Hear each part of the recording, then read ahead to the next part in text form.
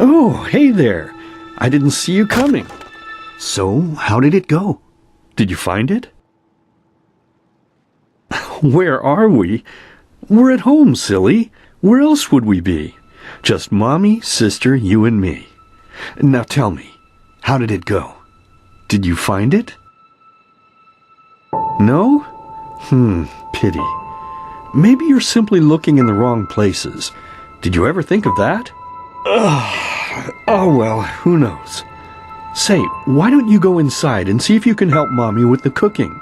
The Creator was kind to us today and sent a big fat elk right in front of my bow. All right?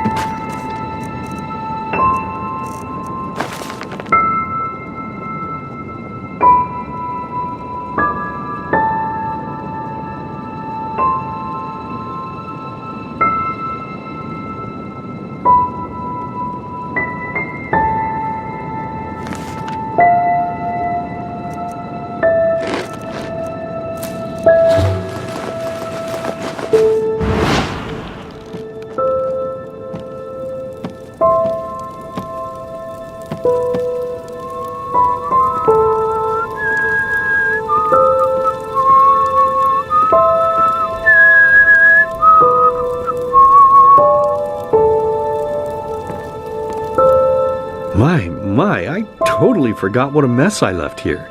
But I was right, wasn't I? A real gem we've got here. Well then, let's waste no more time and get to it, shall we? What? Now would you look at that?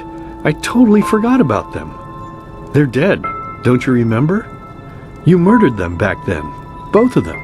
But hey, no use crying over spilled milk, right? At least this means there's more meat for the two of us. You still remember how to do this, right? First, off with the skin. Slice up the belly, then out with the entrails. I'll look for a nice sharp knife in the meantime to cut off the head. I don't think either of us wants to eat that, do we?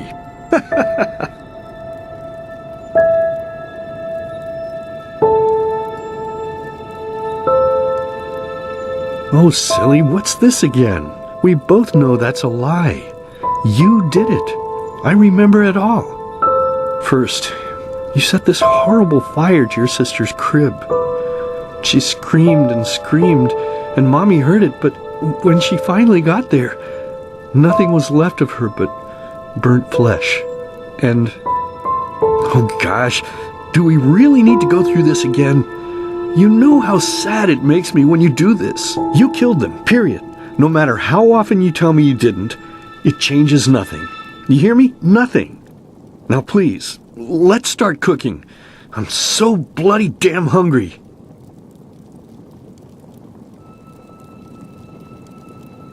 Oh, by the Creator's name, why are you telling these lies? Isn't it enough that you murdered us? Do you really have to bother me over and over with your stupid, pathetic, and pointless whining?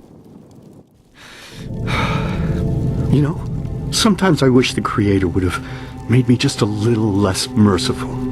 Just a little less pious. Because then I would have realized that you were tainted by sin long before any of this had ever happened. And instead of raising you, feeding you, and loving you like a father does, I would have put you in the horse trough right after you were born. Yes, I should have killed you. I should have just killed you. Just like you killed us. And now, you think you're safe because we're all under the earth, don't you? Well, listen up, my child. You are wrong. And do you know why? Because the dead don't forget. Do you hear me? The dead don't forget. Now enough of this useless chatter. I'm bloody starving.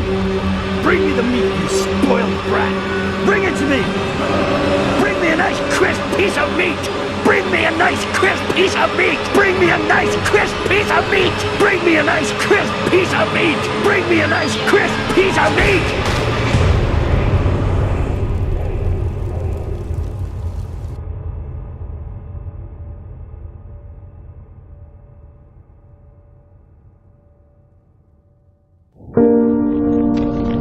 Let's begin with a question. It might sound simple to you at first, but I pray you to think about it. What distinguishes a free man from a slave? For now, however, let us start this story where another one ended 3 years ago, with the death of the Lightborn. For 4,000 years they had reigned over this world, 7 arcanists who, through their magic, had acquired eternal life. In a time of chaos, they gave mankind what they thought it needed most, to be ruled over with an ironclad, fair hand. Within just 1 century, they united the shattered lands, and a single century later, their human origin was forgotten. They became gods, or Lightborn, as they let themselves be worshipped as. Yet the longer they reigned, the louder the voices grew that accused them of tyranny, the loudest being that of Naranzul Aranthiel. And he succeeded in achieving what was once thought impossible. He gathered an army, overturned the Lightborn, and gave back freedom to mankind. However, the price for this was high, because where there are gaps of power, fights erupt. As such, this world grew into what it is today, shattered, riven, and broken into pieces.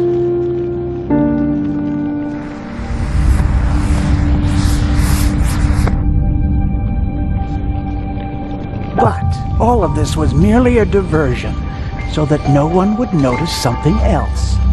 The death of the Lightborn had set something into motion, clockwork. Having long stood still, its gears now once again slowly began to turn. This is the story of someone who wanted to be free.